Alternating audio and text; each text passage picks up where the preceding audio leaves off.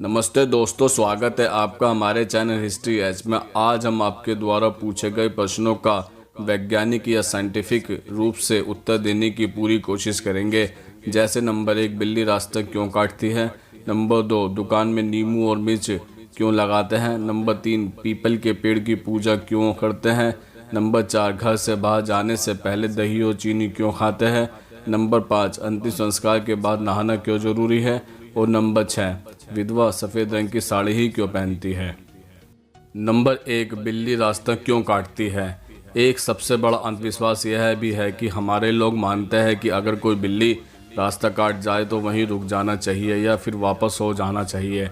ऐसा इसलिए क्योंकि हमें लगता है कि उस सड़क को पार करने से हम कोई अनर्थ कार्य कर देंगे जो हमें नहीं करना चाहिए। यह है बिल्ली के रास्ते काटने की सच्चाई।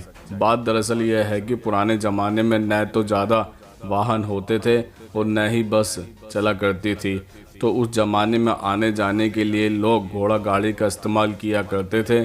किसी समय अगर रात को बिल्ली रास्ते में आ जाती तो उसे देखकर घोड़ा डर जाता था, क्योंकि रात को बिल्ली की आंखें चमकती है। ऐसे में घोड़े गाड़ी का संतुलन बिगड़ जाता था और जिसके कारण उस गाड़ी में बैठे लोगों को चोट लग जाया करती थी। बेशक समय बदल चुका है, लेकिन लोगों की मान्यता आज भी वहीं की वहीं अटकी हुई है। नंबर 2, दुकान में नींबू और हरी मिर्च क्यों लगाते हैं। क्या आप जानते हैं कि दुकानदार अपनी दुकान के मुख्य दरवाजे के ऊपर नींबू और हरी मिर्च क्यों लगाते हैं। इसके पीछे क्या कारण है। अगर आपको नहीं पता तो आज हम आपको बताते हैं। दरअसल लोगों का मानना है कि अलक्ष्मी नामक एक देवी है जो बड़े बड़े व्यापारियों के घर खराब किस्मत ले आती है और उनको भगाने के लिए वह ऐसा करता है ताकि जब भी अलक्ष्मी उनका धंधा चौपट करने आए तो वो बाहर उस नींबू और मिर्च को खाकर पसंद होकर लौट जाए और उनका कोई नुकसान न करे। यह तो सिर्फ उनका मानना है। दरअसल असल में जिस धागे में नींबू और मिर्च को बांधा जाता है वहाँ धागा नींबू से निकलने वाले अल्म को सोख लेता है और इससे निकली गंध के चलते कीड़े मकोड़े और कीट दुकान के अंदर नहीं आते हैं। नंबर 3, पीपल के पेड़ की पूजा क्यों की जाती है। क्या आपको पता है कि पीपल के पेड़ की पूजा क्यों की जाती है। अगर नहीं पता तो आज हम आपको बताते हैं इसके पीछे का कारण।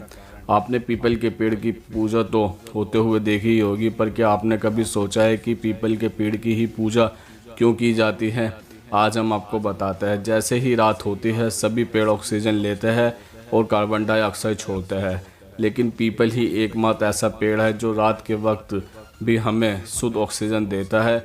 और यही नहीं, पीपल के पेड़ से हम कई तरह के आयुर्वेदिक दवाएं भी बनाते हैं। इसी वजह से पीपल एक खास पेड़ है, इसलिए लोग उसकी पूजा करते हैं। नंबर 4, घर से बाहर जाने से पहले दही और चीनी क्यों खानी चाहिए। इसके पीछे क्या कारण है आज हम आपको बताते हैं। दरअसल घर से बाहर जाने से पहले दही चीनी को खाना बहुत अच्छा माना जाता है। लोगों का मानना है कि आज जो भी काम के लिए जा रहे हो उसमें आपको सफलता मिलेगी। आपको बता दें कि ऐसा कुछ नहीं है।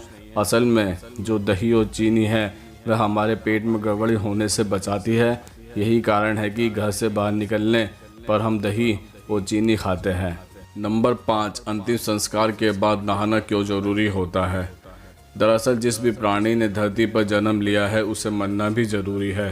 भारतीय परंपराओं के अनुसार ऐसे कई काम हैं जो आज से नहीं बल्कि आदिकाल से चले आ रहे हैं।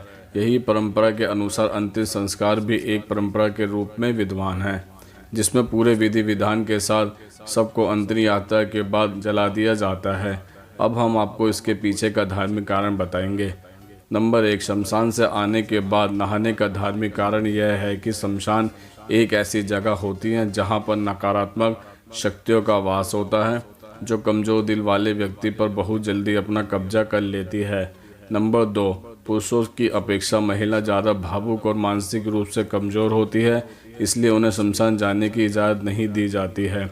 नंबर 3, अंतिम संस्कार हो जाने के बाद भी मृत आत्मा का सूक्ष्म शरीर कुछ समय तक वहां मौजूद रहता है, जो किसी भी बुरे प्रभाव डालने वाली शक्तियों के घेरे में रहता है।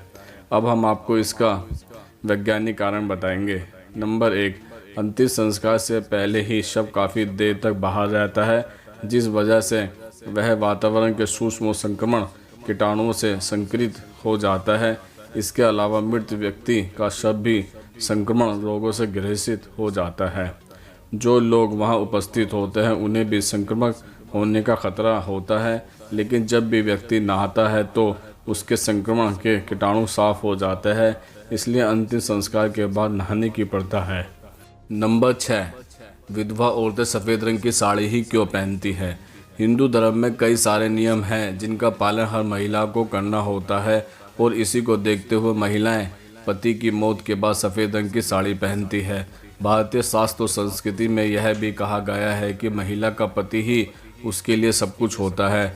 महिला के पति की मौत होना महिला के लिए सबसे बड़ा दुख है। अगर ऐसा होता है तो उसे समाज के बनाए गए नियमों का पालन करना पड़ता है, जिसमें यह कहा गया है कि पति के बाद महिला सफ़ेद वस्त्र ही धारण करेगी। सफ़ेद वस्त्रों को पूजा पद के लिए शुभ भी माना जाता है, जो शांति का प्रतीक भी होता है, लेकिन वहीं सफ़ेद रंग महिलाओं के लिए अशुभ भी बन जाता है। अब हम आपको बताएंगे इसके पीछे क्या कारण है। नंबर 1, जब तक पति रहता है तब तक स्त्रियां 16 श्रृंगार करती है। पति की मृत्यु के बाद उसे यह सारे श्रृंगार छोड़ना पड़ता है, और साथ ही साथ सारे रंग भी छोड़ने पड़ते हैं। यह दर्शाता है कि उसके जीवन में अब कोई रंग नहीं बचा है। नंबर 2, सफ़ेद रंग आत्मविश्वास की अनुभूति करवाता है। जब किसी स्त्री के पति की मौत हो जाती है तो वह मानसिक तौर पर बहुत अकेला महसूस करती है। ऐसे में यह जरूरी है कि उसका आत्मविश्वास उसके साथ रहे। ऐसा माना जाता है कि सफ़ेद रंग को धारण करने से आत्मविश्वास में कोई कमी नहीं आ सकती। नंबर 3, सफ़ेद रंग धारण करने से उसे समाज में एक अलग पहचान हो जाती है। कोई दूर से भी देख के बता सकता है कि वह एक विधवा स्त्री है, जिसके कारण लोगों का उसकी प्रति दृष्टिकोण अलग हो जाता है, जिससे उसे सहानुभूति और संवेदनशीलता मिलती है, जो एक प्रकार से उसके लिए ज़रूरी भी होता है। नंबर 4, यह एक कारण भी है कि सफ़ेद वस्त्र धारण करने से वह स्त्री सांस्कृतिक मोह से छूट जाती है। उसे यह समझ आ जाता है कि अब उसकी ज़िंदगी रंगहीन हो गई है और इस संसार का कोई रंग उसके लिए काम नहीं कर सकता। नंबर 5, ज़्यादातर सफ़ेद रंग को सन्यासी लोग धारण करते हैं। एक प्रकार से यह भी कह सकते हैं कि जब किसी स्त्री के पति की मृत्यु हो जाती है तो अब उसे संस्कारित जीवन त्याग कर भगवान की भक्ति में लीन हो जाना चाहिए, जिससे उसके आगे वाले जीवन व्यतीत करने में कोई भी कठिनाई ना हो। तो दोस्तों, आज हमने आपके द्वारा पूछे गए प्रश्नों का उत्तर देने की पूरी कोशिश की है। अगर आप भी हमसे कोई प्रश्न पूछना चाहते हैं तो कमेंट्स बॉक्स में लिख सकते हैं। अगर ये वीडियो आपको पसंद आई हो तो उसको लाइक करें, कमेंट्स करें, ज़्यादा से ज़्यादा शेयर करें और हमारे चैनल को सब्सक्राइब जरूर करें। नमस्कार दोस्तों।